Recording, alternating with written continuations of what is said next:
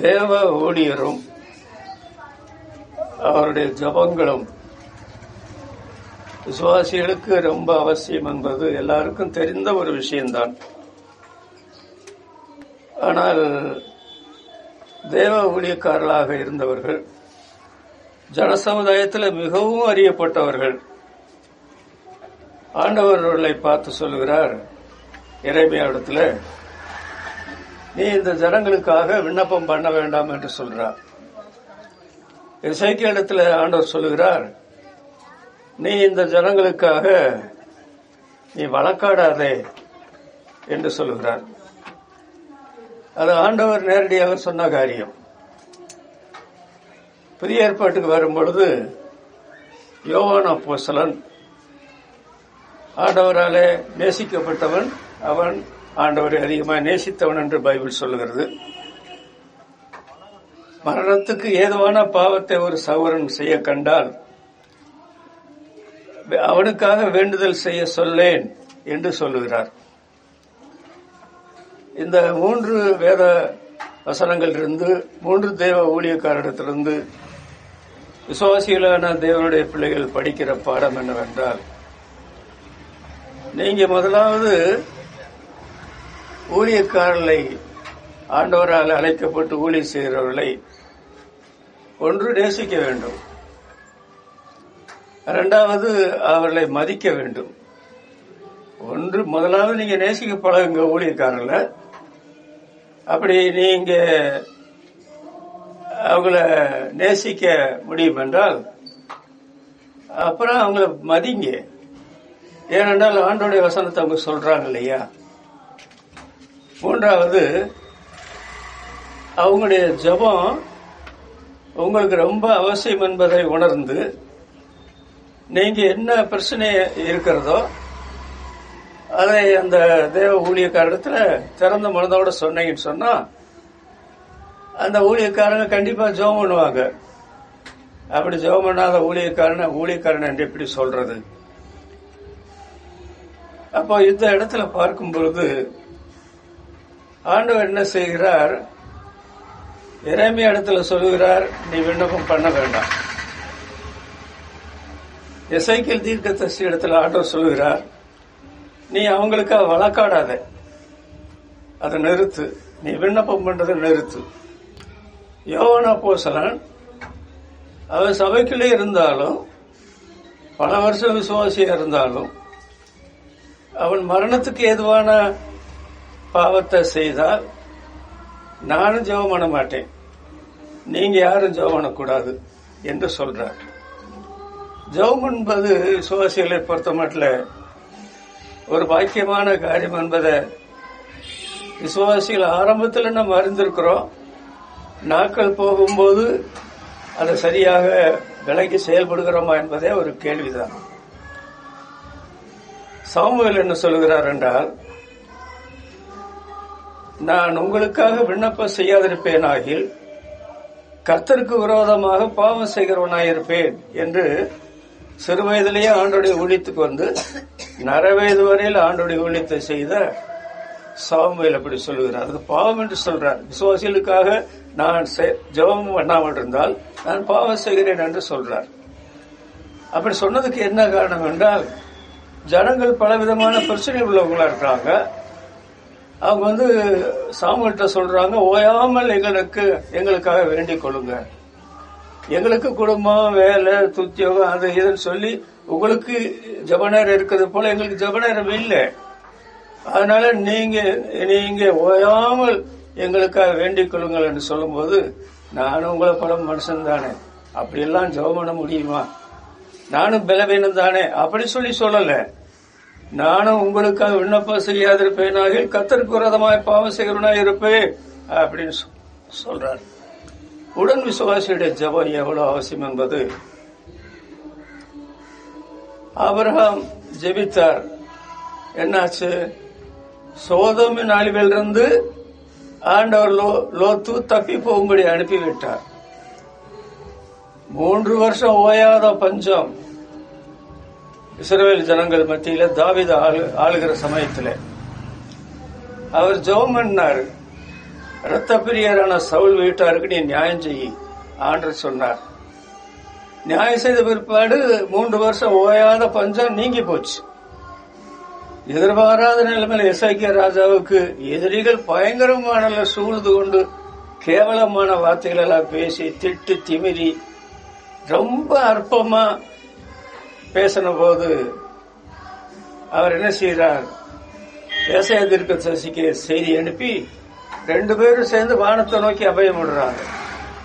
ஆண்டு ஒரு தூதன் அனுப்பினார். 1,80,000 பேர் அந்த இரவிலே இல்லாம போனாங்க. அப்ப ஜெபம் என்பது எவ்வளவு முக்கியமான ஒரு காரியம். ஆனால் இங்கே ஆண்டவர் என்ன சொல்றாருன்னா, நீ ஜெபம் பண்ண வேண்டாம் அப்படின்னு சொல்றார். 2 வார்த்தைகள் எரேமியாட்ட சொல்றார். எரேமியா 7:16 எரேமியா 7ஆம் அதிகாரம் 16ஆம் வசனத்துல, நீ இந்த ஜனத்துக்காக விண்ணப்பம் செய்ய வேண்டாம், அவளுக்காக மன்றாடவும் கெஞ்சவும் வேண்டாம், என்னிடத்தில் அவளுக்காக பரிந்து பேச வேண்டாம், நான் உனக்கு செவி கொடுப்பது இல்லை. பாருங்க, நீ ஜெபம் பண்ற, நீ ஊழியக்காரன் ஜெபம் தான் பண்ணணும். ஆனா இவங்களுக்காக நீ இந்த ஜனத்துக்காக ஜெபம் பண்ணா நான் உனக்கு செவி கொடுக்க மாட்டேன்னு சொல்லி சொல்றார். அப்புறம் என்ன வாசிக்கிறோம்? 11ஆம் அதிகாரம் 14ஆம் வசனத்துல 11:14 என்ன வாசிக்கிறோம்? 11:14, ஆதலால் நீ இந்த ஜனத்துக்காக விண்ணப்பம் பண்ண வேண்டாம், அவர்களுக்காக மன்றாடவும் கெஞ்சவும் வேண்டாம், அவர்கள் தங்கள் ஆபத்து நிமித்தம் என்னை நோக்கி கூப்பிடும் காலத்தில் நான் அவர்களை கேளாதிருப்பேன். பாத்தீங்களா? இந்த ஜனங்கள், அங்கே ஜனங்கள் 2 வசனத்திலையும் பார்க்கும்போது ஜனம் ஒட்டுமொத்த இஸ்ரவேல் ஜனங்களை பற்றித்தான் ஆண்டவர் சொல்றார். அவங்களுக்காக நீ விண்ணப்பம் பண்ண வேண்டாம். அவங்க ஆபத்து வரும் பொழுது அவங்க என்ன நோக்கி கூப்பிட்டா நானும் அவங்களுக்கு பதில் கொடுக்க மாட்டேன். அப்போ ஆண்டவராலேயும் அவங்களுக்கு பலன் கிடையாது. இந்த எரேமியா தீர்க்கதரிசியினாலும் இந்த ஜனங்களுக்கு பலன் கிடையாது. ஜெபம் என்று வரும் பொழுது விசுவாசிகள் அறிந்து கொள்ள வேண்டிய காரியம், அங்க என்ன சொல்றாரு? நீ இந்த ஜனத்துக்காக விண்ணப்பம் செய்ய வேண்டாம், அவளுக்காக மன்றாட வேண்டாம், கெஞ்ச வேண்டாம், அதாவது பரிந்து பேச வேண்டாம். பாருங்க, விண்ணப்பம் பண்ணாத, அப்புறம் கெஞ்சாத, அவளுக்காக பரிந்து பேசாத. ஜெபம் சொன்ன உடனே நீங்க யாருக்காக ஜெபம் பண்ண ஆரம்பிச்சாலும் இந்த காரியத்தை மனசுல வச்சு ஜெபம் பண்ணுங்க. என்னது? அவங்களுக்காக நீங்க விண்ணப்பம் பண்ண வேண்டும், அவங்களுக்காக மன்றாடணும், மன்றாட்டு ஜெபம், கெஞ்ச வேண்டும், அவங்களுக்காக பரிந்து பேச வேண்டும்.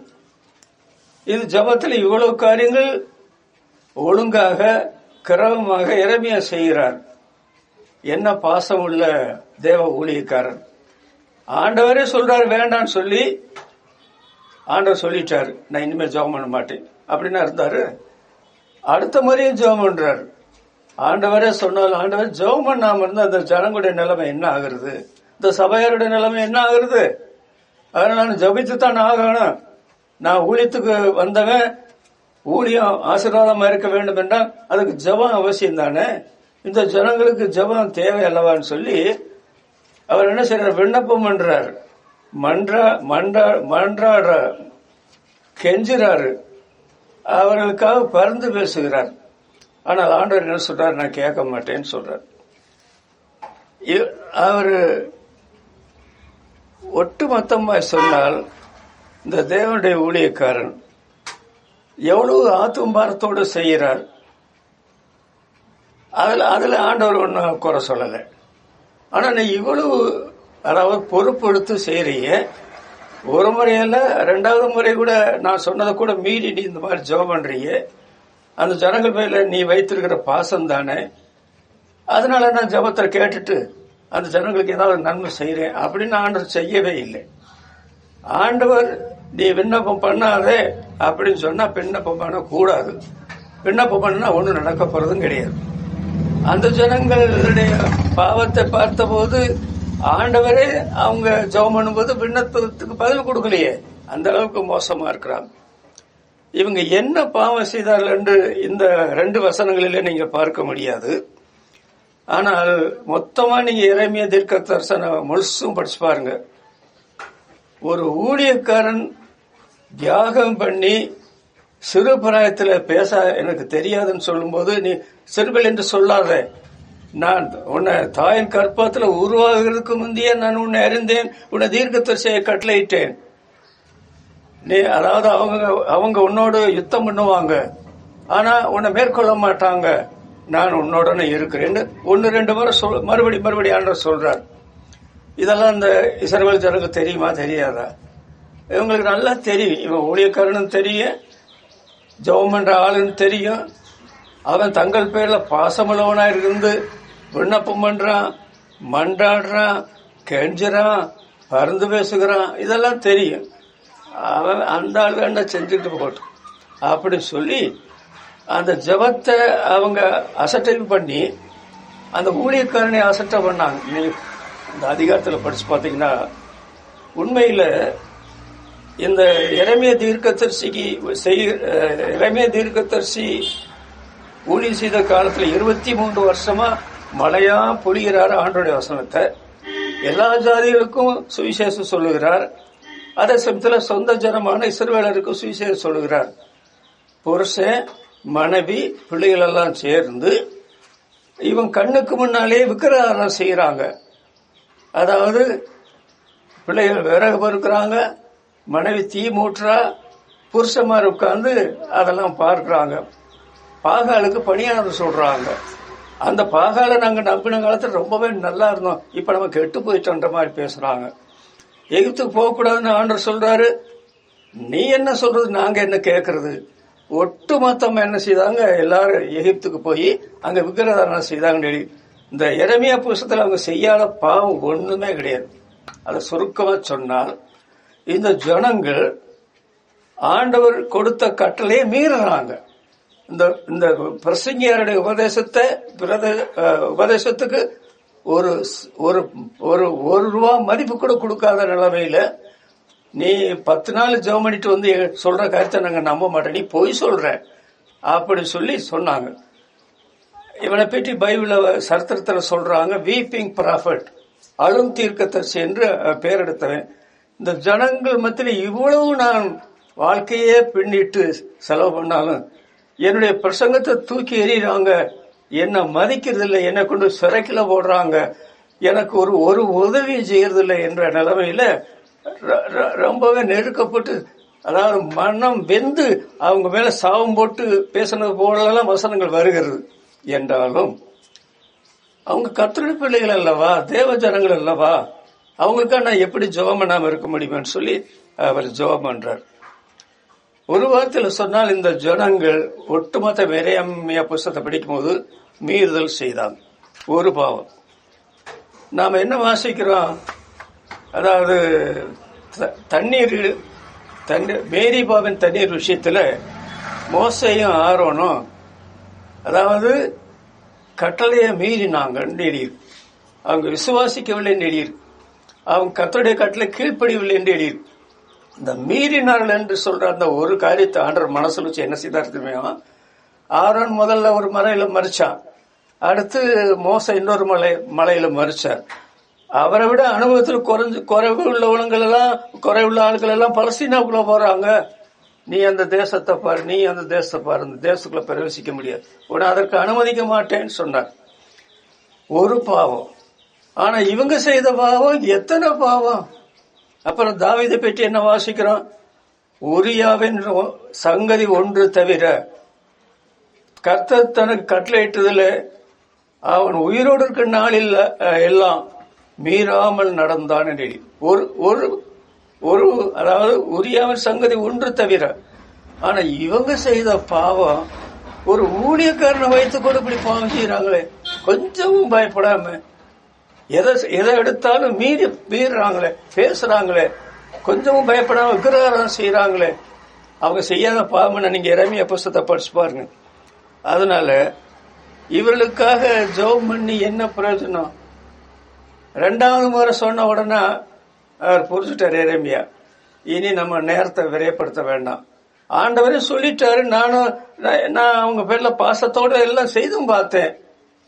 நான் இனிமே ஜெபம் பண்ண மாட்டேன், மண்டாட மாட்டேன், அவங்களுக்காக பரிந்து பேச மாட்டேன், அவங்களுக்காக கெஞ்ச மாட்டேன்னு சொல்லி அவர் ஜெபத்தை நிறுத்தினா.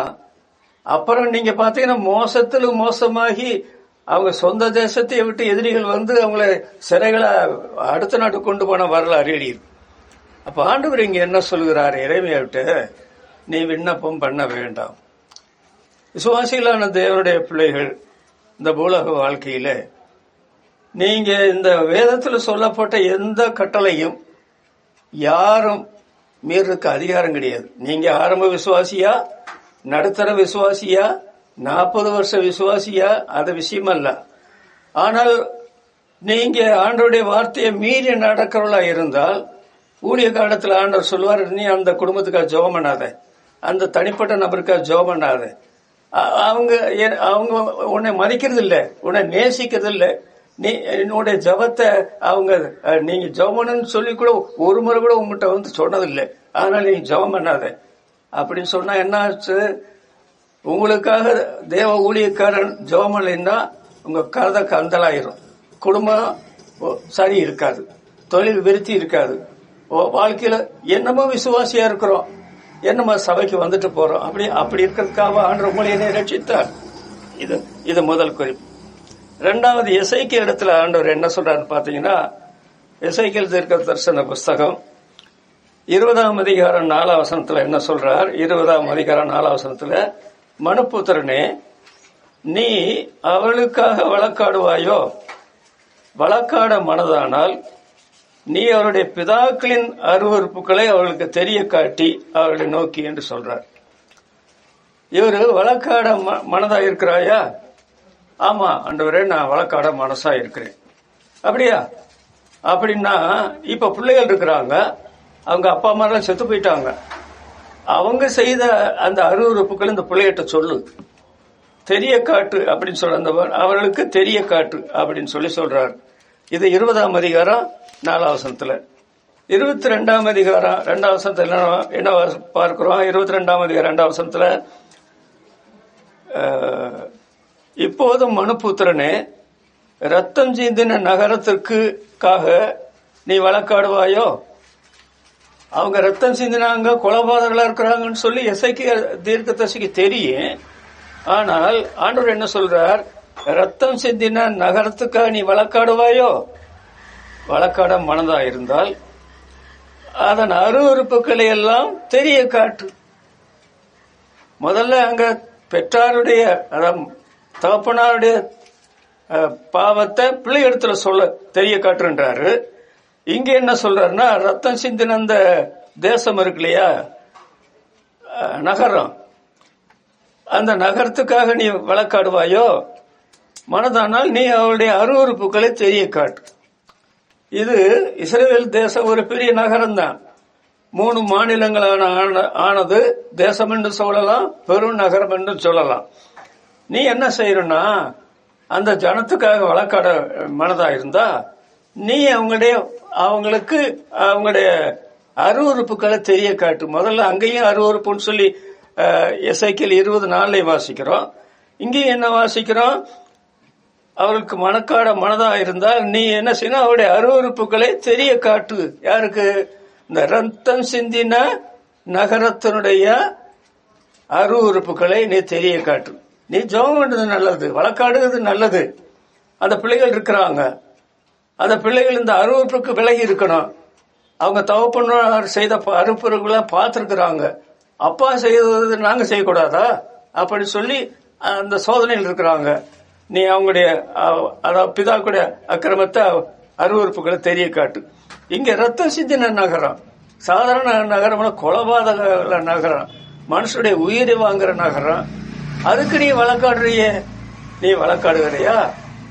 அப்படி என்றால் அவருடைய அருவருப்புகளை தெரிய காட்டுன்னு சொல்லி சொல்றாரு. இது 2வது. 3வது 23ஆம் அதிகாரம் 36ஆம் வசனத்துல, 23ஆம் அதிகாரம் 36ஆம் வசனத்துல என்ன வாசிக்கிறோம்? பின்னும் கர்த்தர் என்னை நோக்கி, மனுபுத்திரனே, நீ அகோலாலையும் அகாலிபாலையும் குறித்து வழக்காட மனதானால் அவருடைய அருவருப்புகளை அவர்களுக்கு தெரிய காட்டுன்னு சொல்றாரு. அது யாரு? அது வாசிக்கும் போது இங்க பாருங்க, 23ஆம் அதிகாரம் 4ஆம் வசனத்துல, அவர்களில் மூத்தவளின் பெயர் அகோலால், அவருடைய தங்கையின் பெயர் அகோலிபால். அவர்கள் என்னுடையவர்கள் ஆகி குமாரையும் குமாரத்தையும் பெற்றார்கள். இவைகளே அவருடைய பெயர்கள். அகோலால் என்பதற்கு சமாரியா என்றும் அகோலிபால் என்பதற்கு எருசலேம் என்றும் பொருளாம். அப்ப இங்கே ஆண்டவர் என்ன சொல்றாருன்னா, அந்த 36ஆம் வசனத்துல, நீ அகோலாலையும் அகோலிபாலையும் குறித்து வழக்காட மனதானால் அவருடைய அருவருப்புகளை தெரிய காட்டுன்றார். என்ன இந்த மக்கள் தகப்பன்மாரு அருவருப்ப செய்யறாங்க, அந்த பட்டணத்துக்காரங்க அருவருப்ப செய்யறாங்க, அப்புறம் இந்த அகோலிபால், சமாரியா, எருசலேம் இவங்களும் அருவருப்ப செய்யறாங்க. இந்த அருவருப்ப செய்யும் போது அவங்களுக்கு தெரிஞ்சுதானே செய்யறாங்க, ஆனா அதை பற்றி உணர்வு இல்லை.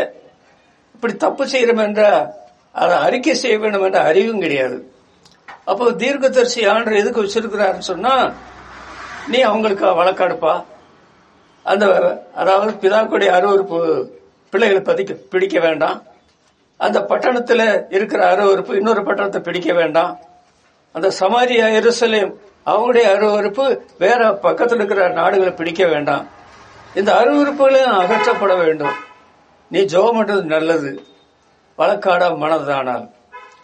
அதுல பாருங்கள், எரேமியா பற்றி சொல்லும் பொழுது எரேமியாட்ட நேரடியா பேசுற, நீ அவங்களுக்கு ஜெபம் பண்ண வேண்டாம். ஆனா இந்த 3 வசனங்களை எசேக்கியேல நீங்க பார்க்கும்போது, மனுபுத்திரனே மனுபுத்திரனே மனுபுத்திரனே என்று சொல்றார். வேற யாரையும் ஆண்டவர் இந்த மாதிரி முழு வேதாகமத்தில் சொன்னதாக இல்லை. நம்முடைய ஆண்டவர் இயேசு மனுஷகுமாரன் என்று அறியப்பட்டிருக்கிறார். இவர் மனுபுத்திரன். மனுபுத்திரனே, அந்த பிதாக்குடைய அருவருப்பை பார். அதே சமயத்தில் அந்த பட்டணத்தை, ரத்தம் சிந்தின பட்டணத்தினுடைய அருவருப்பை பார். அது உனக்கு தெரியும். அந்த சமாரியா, எருசலேம் அவங்க செய்யற அருவருப்பு உனக்கு தெரியும். நீ அவங்க மேல உள்ள பாசத்தினால என்ன செய்யற? வழக்காட மனசா இருக்கிற, நல்ல மனசு உனக்கு இருக்குது. ஆனா நீ என்ன செய்யணும்? அவங்களுடைய அருவருப்புகளை தெரிய காண்பி. என்ன மக்கள் தகப்பன்மார்கள் அருவருப்பு செய்யறாங்க, இந்த ஊழியக்காரர்கள் என்ன அப்புறம் பிள்ளைகள் அருவருப்பு செய்வாங்க. இந்த ஊழியக்காரர்கள் என்ன அந்த பட்டணத்தில் அருவருப்பு அதிகமாகிக் கொண்டே போகும். சமாரியாவிலும் எருசலேமிலும் இந்த அருவருப்பு மட்டுக்கு மிஞ்சி போகும். எங்க பார்த்தாலும் ஒரே அருவருப்பு அருவருப்பு அருவருப்பு. நாம நடந்து போகும்போது ஏதாவது நாம் விரும்பப்படாத ஒரு காரியத்தை பார்த்தா, ஐயோ அது அருவருப்பா இருக்கே, நாத்தம் பரிசுதா இருக்குது, இந்த வழியில நான் வரான், வேற வழியில போயிருக்கலாமே அப்படின்னு நமக்கு ஒரு சோதனை வரும். இந்த மக்களுடைய நிலைமையை பார்த்தால் அவங்களை நேசிக்கப்படாது, அவங்களுக்காக வழக்காடக்கூடாது. பருந்து சொல்ல போனா, ஆண்டவரே இவங்களுக்கு இந்த அருவருப்புகளை மன்னியும் சொல்லி இவர் ஜெபம் பண்ணலாம். ஆனா இவங்க தான் அந்த அருவருப்பை பற்றி உணர்ச்சி இல்லையே. அருவருப்பு என்று சொல்லி அந்த அருவருப்புக்கு நிவாரணம் தேடணும், பாவமன்னிப்பு தேடணும் சொல்லி அறிவில்லாத மக்களா இருக்கிறாங்களே. என்றாலும் மனுபுத்திரனே மனுபுத்திரனே மனுபுத்திரனே சொன்னதுக்கு என்ன காரணம் தெரியுமா? அந்த மக்களோடு தன்னை இணைத்து கொண்டு அவர்களை எப்படியாவது அந்த வழக்காடி ஜெபம் பண்ணி அந்த அருவருப்புகள் இருந்து அவர்களை வெளியே கொண்டு வந்து விடலாமா என்று பாசத்தோடு தான் இந்த ஜெபத்தை அவர் ஏறெடுக்கிறார். ஜனங்கள் வேற, நான் வேற, முற்பிதாக்கள் வேற, அவருடைய பிள்ளைகள் வேற, அப்புறம் அந்த பட்டணம் வேற, நான் வேற, அகோலிபால் வேற, நான் வேற என்று இல்லாம அவங்களும் நான் ஒண்ணுதான். அவங்க தேவனால தெரிந்து கொள்ளப்பட்டவங்க ஜனங்கள், நான் தேவனால தெரிந்து கொள்ளப்பட்ட ஊழியக்காரன். அவங்களுக்கு எனக்கு என்ன பெரிய வித்தியாசம்? என்ன ஊழித்து கலைத்தான், நான் ஊழியம் செய்கிறேன். ஜெபம் பண்ண சொல்றேன், நான் ஜெபம் பண்றேன். அவர்களோட தன்னை இணைத்து கொண்டான். அதனாலதான் மனுப்புத்திரனே மனுப்புத்திரனே மனுப்புத்திரன் என்று சொல்றார். நீ வழக்காடாத மனதாயிருந்தால் அவருடைய அருவறுப்புகளை தெரிய காட்டுன்னு சொல்லி சொல்றாரு. அருவறுப்பு என்னது? அதாவது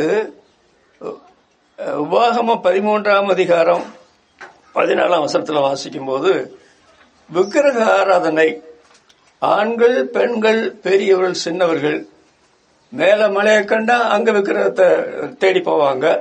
எங்கேயாவது பள்ளமான இடத்துல ஒரு மரத்தை கண்டா அந்த மரத்துக்கு அடியில தெய்வத்தை அந்த விக்கிரகங்களை தேடி போவாங்க. உண்டான பேர் விக்கிரக ஆராதனைக்காரங்க தான் இந்த இஸ்ரவேல் ஜனங்கள். பழைய ஏற்பாட்டுல பல இடங்களையும் வாசிக்கலாம். இந்த எசேக்கியேல் காலத்திலையும் ஒரு அருமையான ஜெப வீரன். அவனுடைய பிரசங்கத்துல பாண்டித்யமற்ற அந்த நிலைமையில அவன் பேசுற பிரசங்கத்தை விவிதியில் நின்று பேசுறாங்க. கீதமாத்திய இசைக்கல சமத்திரனா இருக்கிறாங்க. அவ்வளவு பெரிய கூட்டத்தை கூட்டிட்ட ஒரு மனுஷன் தான். அதெல்லாம் இந்த ஜனங்களுக்கு தெரியுது. கூட்டத்துக்குள்ள வர்றாங்க போறாங்க. ஆனா அருவறுப்புகளை யாரும் விட்ட பாடில்லை. இந்த விக்கிரக ஆராதனை நிர்வாசிக்கிறோம்.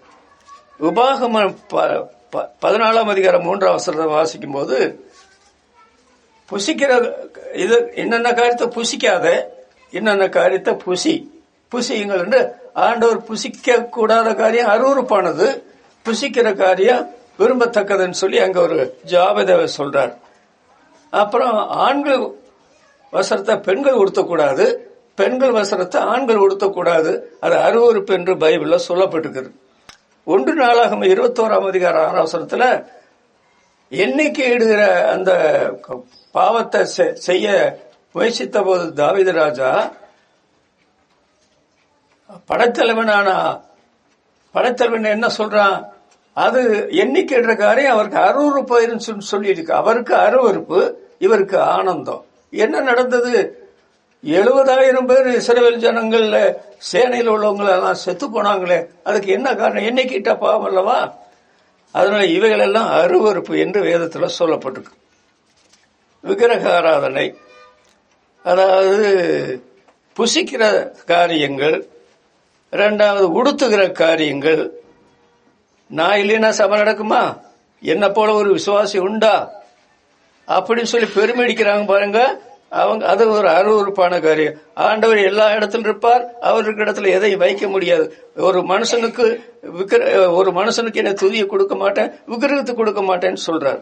வெளிப்படுத்தின விசேஷம் 21ஆம் அதிகாரம் 7ஆம் வசனத்துல பார்த்தீங்கன்னா, அருவறுப்பை நடப்பிக்கிற ஒன்றும் அதற்குள்ளே போகாது. பரலோக ராஜ்யத்துக்குள்ள ஒரு அருவறுப்பை நடத்தினா கூட அது உள்ள போகாது. இப்ப இந்த ஜனங்கள் இவ்வளவு அருவறுப்பை செய்துட்டு, நாங்களும் கிறிஸ்தவங்க தான், நாங்களும் விசுவாசி தான், நாங்களும் தேவனால தெரிந்து கொள்ளப்பட்டவங்க தான் சொன்னா, இவங்களுக்காக அவர் வழக்காடுறாரு. மனப்புத்திரனாக இருந்த அவர்களோடு இரவுகளாக செயல் பிரசங்கம் பண்றார், ஜெபம் பண்றார். ஆனா ஆண்டவர் என்ன சொல்றாரு? நீ வழக்காடுவாயா, நீ வழக்காடுவாயா, நீ வழக்காடுவாயான்னு கேட்கிறார். அப்போ இவன் 3 முறை ஜனங்களுக்காக வழக்காடி ஜெபம் பண்ண பிற்பாடு இன்னும் ஒன்றும் பண்ண முடியாது, அதோட விட்டாச்சு. அப்ப என்னாச்சு? எங்க பார்த்தாலும் அருவறுப்பு, குடும்பங்களில் அருவறுப்பு, சபையில அருவறுப்பு, மார்க்கத்தில் சொல்லி மாலாது. அப்போ இந்த தேவனுடைய ஊழியக்காரன் இருந்து என்ன பயன்? ஜெபித்து என்ன பயன்? அதனால ஊழியக்காரர்கள் ஜெபம் ரொம்ப அவசியம். நம்முடைய வாழ்க்கையில் இருக்கிற அருவறுப்பு, அசுத்தம், பாவங்கள் அப்புறப்படுத்தப்பட, சபையில் இருக்கிற அருவறுப்பு, பாவங்கள் மீறுதல் அகற்றப்பட ஒரு ஊழியக்காரன் இரவுகளா ஜெபிக்கிறான். ஆனா நீங்க என்ன செய்யறீங்க? விண்ணப்பம் பண்ண வேண்டாம்னு சொல்லி எரேமியாட்டர் சொல்றாரு. அவங்க மீறுறாங்களே, என்னென்ன காரியத்துல மீறுறாங்க? பைபிளை வச்சுக்கிட்டு மீறி காரியங்களை செய்யறாங்களே. இங்க பாருங்க, அருவறுப்பான காரியங்களை இசைக்கேல் தரிசியை வச்சுட்டு அவ்வளவு அருவறுப்பான காரியங்களை செய்யறாங்களே. அவர் அப்புறம் ஒண்ணுமே செய்யல. அப்புறம் ஜபத்தை நிறுத்திட்டார். அப்ப ஜனங்களுடைய நிலைமை என்ன ஆகும்? அந்த ஜனங்களை யாருமே பரவத்துக்கு வர மாட்டாங்க. அப்படியா? விசுவாசிகளான தேவனுடைய பிள்ளைகளுக்கு ஜெபமண்டலம் இல்லை என்றால் என்னாச்சு? அவங்க மீறுதலுக்கு நீதிமானுக்கு பூமியில சரி கட்டப்படுமே, துன்மார்க்கனுக்கு பாவிக்கு எத்தனை அதிகம். நீங்க விசுவாசியானதுல இருந்து உங்களுடைய மரண பரியந்தம் இந்த வேதத்துல எந்த காரியத்தை மீறி செயல்பட்டீங்களோ ஆண்டவர் உடனே தண்டிக்க மாட்டார். பாசமுள்ள தெய்வம். உங்களுக்காக ஜெபிக்கிற தேவனுடைய பிள்ளைகள் பலர் இருக்கிறாங்க. நான் இரவு போல ஜெபித்துக் கொண்டிருக்கிறேன். தேவனுடைய பிள்ளைகளுடைய வாழ்க்கையில் இருக்கிற மீறல்கள் அகற்றப்பட வேண்டும். ஆனால் அகற்றப்படாத பட்சத்துல நீங்க மரணத்துக்கு முந்தி அந்த மீறலுக்குள்ள எல்லா தண்டனையும் பெற்ற பிற்பாடுதான் நீங்க பரலோகத்துக்கு போவீங்க. அதே போல அருவருப்பான காரியங்களை நீங்கள் சபையிலிருந்து கொண்டு விசுவாசிகள் என்ற பெயர்ல நீங்க அருவருப்பை செய்து கொண்டிருந்தா அது ஒருவேளை ஊழியக்காரனுக்கு தெரியாம இருக்கலாம். ஆனால் ஆண்டவர் இங்கதான் ஊழியக்காரன் சொல்றாரு, அவன் மனுஷன் மத்தியில தான் இருக்கிறான். அவங்க செய்யற அருவருப்பான கண்ணுக்கு தெரியாதா? காதலுக்கு அவங்க செய்யற பேசுற காரியங்கள் தெரியாதா? அதனால அவனும் ஜபத்தை நிப்பாட்டினா என்ன பரிதாபம் பாருங்க. மூன்றாவது யோவான் அப்போஸ்தலன் என்ன சொல்றார் பாருங்க. 1 யோவான் 5ஆம் அதிகாரம் கடைசி வசனத்தில் வாசிக்கும் போது 1 யோவான் 5ஆம் அதிகாரம் 16ஆம் வசனத்துல மரணத்துக்கு ஏதுவல்லாத பாவத்தை தன் சகோதரன் செய்ய ஒருவன் கண்டால் அவன் வேண்டுதல் செய்ய கடவன். மரணத்துக்கு ஏதுவல்லாத பாவத்தை செய்தா நாம யாருக்கும் ஜெபம் பண்ணலாம். யாராவது பாவம் செய்யாதவங்க இருக்காங்களா? அநேக விஷயங்களை தவறு என்று யாக்கோப்பு எழுதுகிறார். நமக்குள்ள பாவம் உண்டு, நாம் பாவம் செய்கிறோம் என்று யோவான் அப்போஸ்தலன் சொல்லுகிறார். நாம ஏற்றபடி வேண்டிக் கொள்ள வேண்டியது இன்னதென்று தெரியாத இருக்கனால தேவாவியான கொடுக்கப்பட்டு வாக்கு கடங்காத பெருமச்சுக்களோட வேண்டுதல் செய்கிறார் சொல்லி நம்முடைய ஜபத்தில் குறை உண்டுன்னு சொல்லி சொல்றாரு. அதெல்லாம் இருக்க முடியும். திடீர்னு அவசரமா தெரியாம போய் சொல்லிடுவோம், திடீர்னு கோவப்பட்டுருவோம், அது வேற காரியம். ஆனா இங்கே சொல்ற காரியம் என்ன வாசிக்கிறோம்? மரணத்துக்கு ஏதுவான பாவம் உண்டு, அதை குறித்து வேண்டுதல் செய்ய சொல்லேன் அப்படி சொல்லிட்டு அநீதி எல்லாம் பாவம் தான் சொல்லி அடுத்து சொல்றார். மரணத்துக்கு ஏதுவான பாவம் என்று சொல்றது என்ன? அது எபிரேயர்கள் 10ஆம் அதிகாரத்தில் வரும்போது அங்க சொல்ற காரியத்தை பாருங்க. அது சபை விடுவதில் விடுறதை பற்றி அந்த வேற விபசார வேசித்தனம் மற்ற காரியங்களை பற்றி மீறுதல் காரியம் பற்றி அருவருப்பான காரியத்தை பற்றி எல்லாம் சொல்லல. சபை விடுகிற காரியம் அந்த 10ஆம் அதிகாரத்தில் வரும்பொழுது சபை கூடி வருதல் சிலர் விட்டு விடாமல் அன்புக்கும் நல்ல கிரிகளுக்கும் ஏவப்படும்படி ஒருவர் கவனித்து சபை கூடி வருதலை சிலர் விட்டு விடுவதை போல நாம் விட்டு விடாமல் சொல்லியிருக்கு. 1967ஆம் வருஷத்திலிருந்து இன்றைக்கு வரையில நான் செய்த ஊழியத்துல என்னுடைய ஊழியத்தை அதிகமா அறிந்த சகோதரன் இப்பொழுது மறுமையில் இருக்கிறார். மதுரையில சக்தி தேவதாஸ் பல இடங்களில் ஊழி செய்து திருச்சியிலிருந்து அவர் இந்த கொரோனா காலத்துல பரலோகத்துக்கு போனார். அந்த தேவனுடைய மனுஷன் நீங்க செய்த ஊழியத்துக்கு 1967 செய்த ஊழியத்துக்கு தமிழ்நாட்டிலேயே பெரிய சபையை நீங்க நடத்திருக்க முடியும். ஏன் நடத்த முடியல அப்படின்னு கேட்டா இந்த சபையில சேர்றவங்க சபையில உபதேசம் நினைச்சிருக்கணும்ல. ஆனால் அதாவது 67 பார்த்தா பின்வாங்கி போனவருடைய கணக்கே சொல்ல வேண்டாம், அவ்வளவு பேர் பின்வாங்கி போயிருக்கிறாங்க. அது என்னன்னா சபையை விட்ட காரியம். நீங்க எல்லா கூட்டத்துக்கும் வரணும், எல்லா ஞாயிற்றுக்கிழமையும். ஒரு ஞாயிற்றுக்கிழமை நீங்க விட்டீங்கன்னா அது இன்னொரு ஞாயிற்றுக்கிழமை விடுவீங்க. எல்லா பைபிள் ஸ்டடி கூட்டத்துக்கு வரணும், அது நீங்க ஒரு பைபிள் ஸ்டடி கூட்டத்துக்கு விட்டீங்கன்னா இன்னொரு கூட்டத்தை விடுவீங்க. எல்லா ஊழியத்திலும் தேவனுடைய பிள்ளைகள் கலந்து கொள்ளணும். ஒரு ஊழியத்துல நீங்க கலந்து கொள்ளவில்லைன்னா மறுபடியும் சில ஊழியத்தை விட்டுருவீங்க. கேரளத்தில் இருக்கிற ஒரு சகோதரன் சொல்றாரு, நான் நேரடியாக அவர் பேசும்போது கேட்டேன், எங்களுடைய சபையில எல்லா ஆராதனைகளிலும் எல்லா விசுவாசிகளும் வருவாங்க. எங்களுடைய பைபிள் ஸ்டடி கூட்டத்துல எல்லா விசுவாசிகளும் எல்லா பைபிள் ஸ்டடி கூட்டத்துக்கு வருவாங்க. ஜப கூட்டத்திற்கு எல்லா விசுவாசிகளும் ஜப கூட்டத்துக்கு வருவாங்க. இதே இந்த 21ஆம் நூற்றாண்டில் நான் காதால கேட்ட காரியம். அவருடைய முகத்தை நான் நேரடியாக பார்த்தேன். அவர் போய் சொல்லுவாரா பெரிய கூட்டத்துல? அப்ப விசுவாசிகளான தேவனுடைய பிள்ளைகள் இந்த நொண்டி சங்கலம் சொல்லாதீங்க. அது குறை, இது ஒண்ணு, அப்படி இப்படி. நீங்க ஆண்டவரை ஏற்றுக்கொண்டு சபைக்குள்ள வந்தா பெரிய தியாக செய்து சபைக்குள்ள வந்திருக்கணும். ஒரு கூட்டத்தை விட மாட்டேன். அப்போ சில படிக்கல என்ன வாசிக்கிறோம்? அப்போ சில உபதேசம், அந்யோன்யம், அப்பம் ஊட்டுதல், ஜெபம், உறுதியாக தருத்திருந்தால் அவர்களுக்கு குடும்பம் இல்லையா, வேலை இல்லையா, உத்தியோகம் இல்லையா, என்ன இல்ல, எல்லாம் இருந்ததில்ல. அவங்க எப்படி அந்த காரியங்களை சாதிச்சாங்க? காரியங்கள் இப்படியா இருக்குது. பெரிய பட்டணத்தை ஜனங்கள் என்ன செய்தாங்க? அதாவது நாள்தோறும் வேத வாக்கியங்களை ஆராய்ந்து பார்த்து தெசலோனிக்கு உள்ளவர்களை விட நற்குள்ளசாலிகளா இருந்தாலும் எழுதியிருக்கிறேன். அவங்களுக்கு எப்படி தினசரி வேதத்தை ஆராய்ச்சி நேரம் கிடைச்சது? அதுக்கு மனசுதான் காரணம். இங்க பாருங்க, சபை கூடுதல் வருதில்ல, சிலர் விட்டு விடுறது போல நான் விட்டு விட்டான்னு சொல்லிட்டு 26ஆம் வசனத்துல என்ன சொல்றாரு பாத்தீங்களா? சத்தியத்தை அடைந்த பின்பு நான் மனப்பூர்வமாய் பாவம் செய்வர்களாய் இருந்தால் பாவங்கள் நிமித்தம் செலுத்தத்தக்க வேறொரு பலி இராமல் நியாய தீர்ப்பு வரும் என்று பயத்தோடு எதிர்பார்க்குதலும் விரோதிகளை பட்சிக்கிற கோபாக்கினியுமே கிடைக்கும்.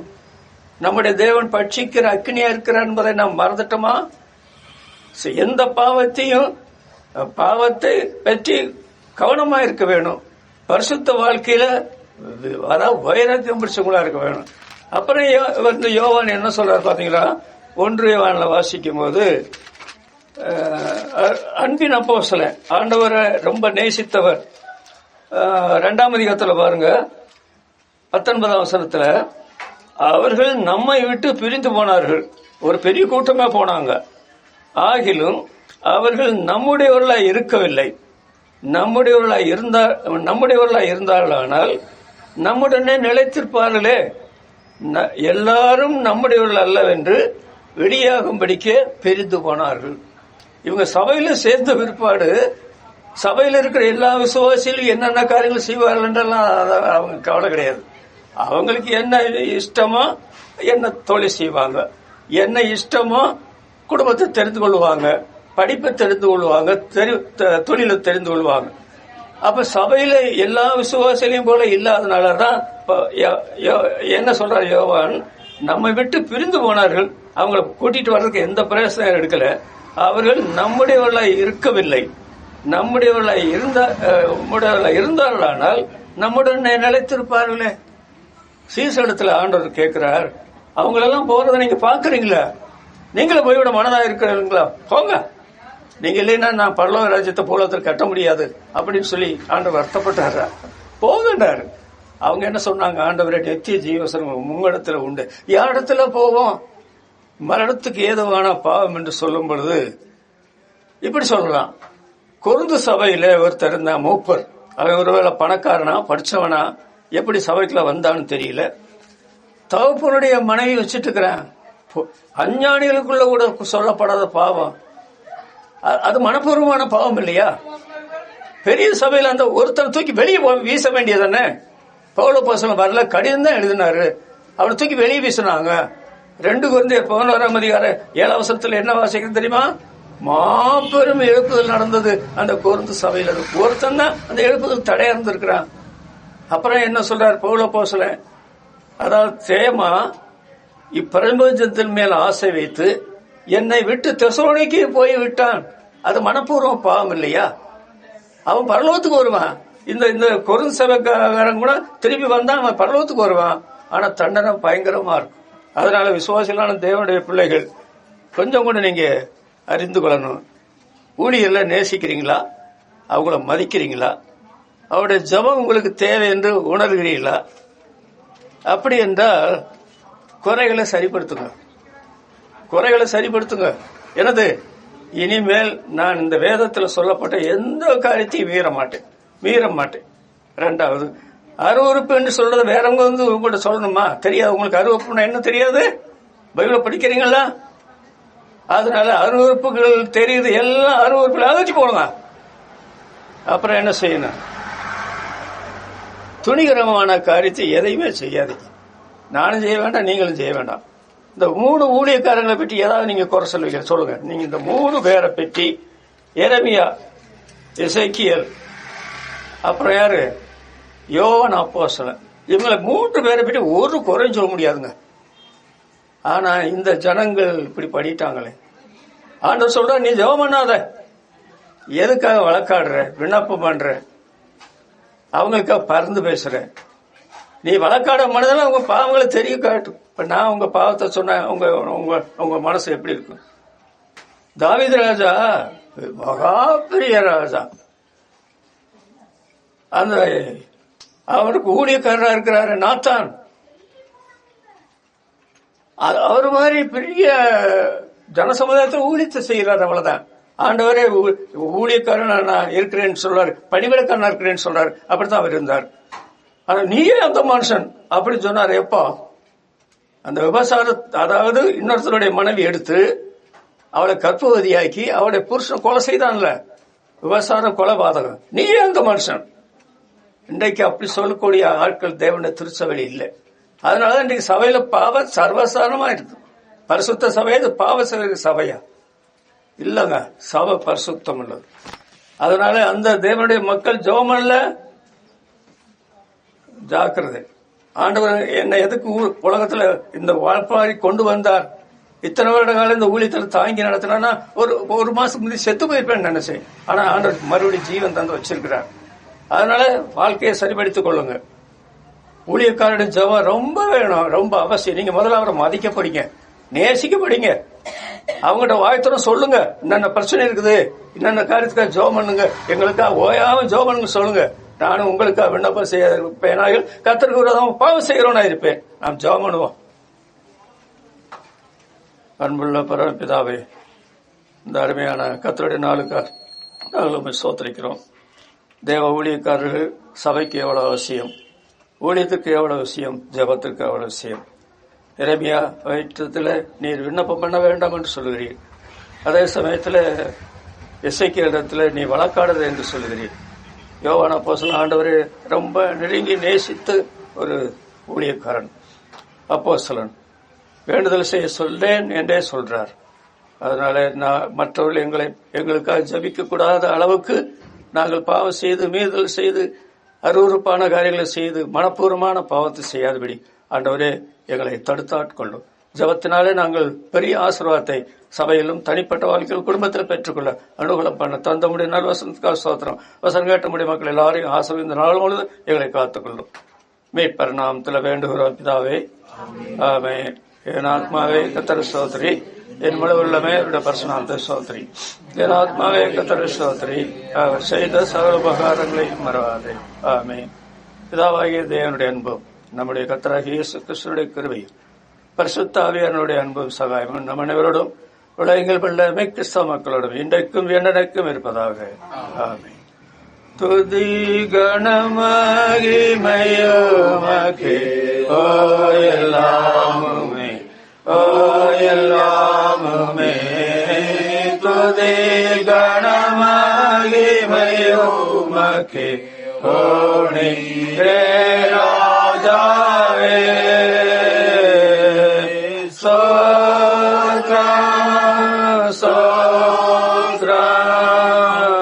சோத்ரமே மிக சோத்ரம், சோத்ரம், சோத்ரம் நீரே ராஜாவே. துதி கணமகிமையுமக்கே ஓ எல்லாமுமே, ஓ எல்லாமுமே. துதி கணமகிமையுமக்கே ஓ நீரே ராஜாவே. எல்லாருக்கும் ஸ்தோத்திரம். 2 வாரமாக நன்றாக தூங்கினேன். ஆனா நேற்று இரவுல ஒரு 10 நிமிஷம் கூட தூங்கல.